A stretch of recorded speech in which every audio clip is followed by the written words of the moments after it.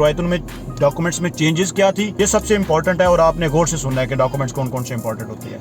Hotel reservation भी dummy करनी है, कंट्री रीजन को आप विज़िट कर रहे हैं, अथॉरिटीज़ हैं जो ऑर्गेनाइजेशन को या किसी भी उस वीज़े की कॉपी एक फॉर्मेट कट कॉपी पेस्ट वाला, कौन से डॉक्यूमेंट सबसे इंपॉर्टेंट होते हैं करते हैं कि आपका कवर लेटर, आपका ट्रैवल प्लान सबसे इंपॉर्टेंट थी जब ये जर्मनी में गए।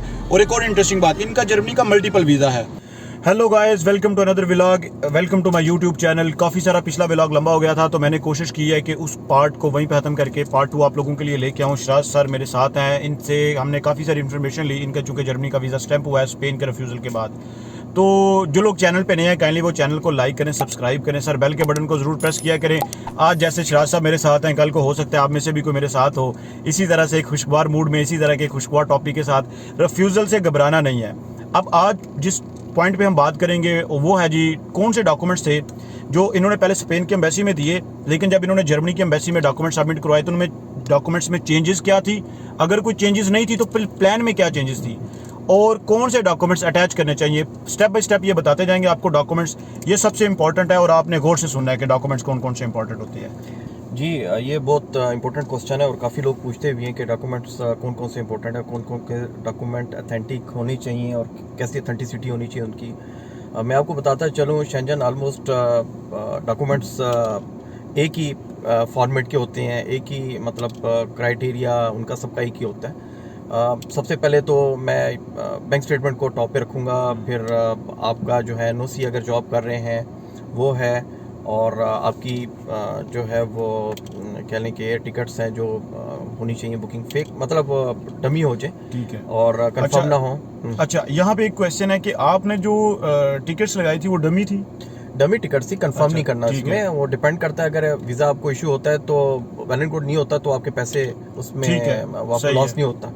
तो आपको डमी टिकट्स करनी है और आपको होटल रिजर्वेशन भी डमी करनी है, लेकिन वहाँ पे शो होना चाहिए आपकी बुकिंग रिजर्वेशन जो भी है, जिस होटल में आप जा रहे हैं वहाँ पे, और सिस्टमेटिकली शो होनी चाहिए, सिस्टमेटिक, फेक नहीं होनी चाहिए। फेक नहीं होनी चाहिए। booking.com से करें जाके और पे एड प्रॉपर्टी कर दें और उसका प्रिंट आउट कर लें, वो कंफर्म हो जाएगी जिस स्टेट में आपने जाना है। ये चीज़ें सारी हैं। एनओसी लेटर है, जॉब कर रहे हैं एनओसी होगा, वो सारी डिटेल उसमें होगी, कब से कब तक जाना है, पूरा टाइम फ्रेम उसमें मेंशन होता है, क्या डेजिग्नेशन है, क्या सैलरी है, और किस कंट्री रीजन को आप विजिट कर रहे हैं, किस सिटी में जा रहे हैं, और जितने भी और एनओसी पे जो इम्पोर्टेंट चीज़ है वो है सर कि ऑथराइज जो सिग्नेटरी है बंदा, जी जी, उसके सिग्नेचर होने चाहिए जी, जो भी कोई आपका स्पॉन्सर है। ये चीज़ सर जी, ये बहुत इंपॉर्टेंट क्वेश्चन है। इसमें कोशिश ये करें कि सिग्नेटरी जो अथॉरिटी है उनके सिग्नेचर हों उस पर। किसी आपके एचआर के या कोई भी डिपार्टमेंट मैनेजर है उसके signatures no, not at all, उनके सिग्नेचर्स वैलिड नहीं जो है। आपके ऑनर है कोशिश करेंगे उनके करें। कभी जो स्पॉन्सर है, एग्जैक्टली जो आपका स्पॉन्सर है, जी, जो स्पॉन्सर है आपका, या जो आपके कंपनी के ऑनर हैं, या जो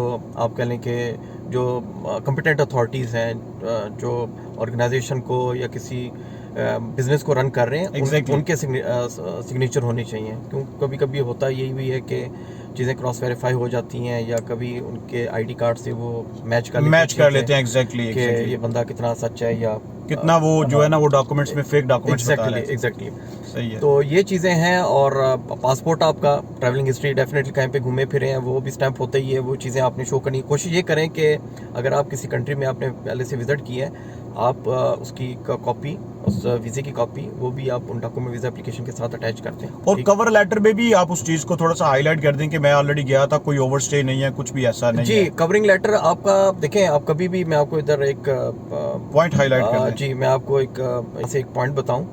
कवरिंग लेटर में कभी भी आपने कॉपी पेस्ट नहीं करना। You understand? आप जाए नेट पे जाए, वहां से आप निकालते हैं उठा के, सबसे इम्पोर्टेंट पॉइंट जो है वही आपका जो सर जो एजेंट आपको दे देते हैं एक फॉर्मेट कट कॉपी पेस्ट वाला, इससे वीजा रिजेक्ट होता है। बहुत बड़ी एग्जांपल दी है। एग्जैक्टली, क्योंकि जो कॉपी पेस्ट करेंगे वो जो अंदर जो वर्डिंग होगी, जो स्टेटमेंट्स होगी कवरिंग लेटर में, वो नेचुरल नहीं है सर। वो आपकी पर्सनैलिटी और वो जो आपका जो टूर है, जो आपका इंटेंशन प्लान है, उसको रिफ्लेक्ट नहीं कर रही होगी। एग्जैक्टली वो एक फेक चीज सी बनेगी, और उसके ऊपर मेरा नहीं ख्याल कि वो, क्योंकि उनको पता चल जाता है कि इस बंदे ने कॉपी पेस्ट किया है, या ये जो है ना इसने अपनी फीलिंग्स बयान की हैं। एग्जैक्टली।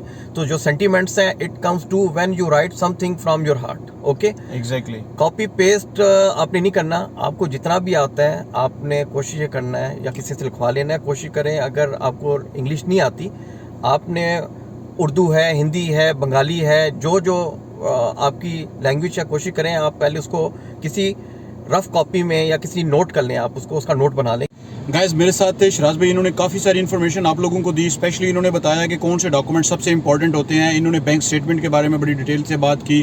कवर लेटर और ट्रैवल प्लान, जिसके ऊपर बार बार हम जो बात करते हैं कि आपका कवर लेटर, आपका ट्रैवल प्लान सबसे इंपॉर्टेंट होना चाहिए। इन्होंने बड़ी डिटेल में आपको बताया कि ट्रैवल प्लान के बारे में, कि इन्होंने कैसे स्पेन के लिए जमा करवाया था, फिर इनकी क्या स्ट्रेटजी थी जब ये जर्मनी में गए। और एक और इंटरेस्टिंग बात, इनका जर्मनी का मल्टीपल वीज़ा है। तो और भी इंटरेस्टिंग व्लॉग आ रहे हैं, आप देखिएगा व्लॉग, आपको अच्छा लगेगा। और अगर आपको ये इन्फॉर्मेशन बहुत अच्छी लगी हो तो प्लीज़ आप उन लोगों को ज़रूर मार्क करें जिनको इनकी ज़रूरत है या जो डिस्परेट हो जाते हैं और व्लॉग नहीं देख पाते। और स्पेशली वो उन लोगों के लिए, सबसे ज़्यादा उन लोगों के लिए आप उनको मार्क कीजिएगा कि वो लोग जो डिस्परेट हो के उनको ये समझ नहीं आती कि डायरेक्शन क्या होनी चाहिए।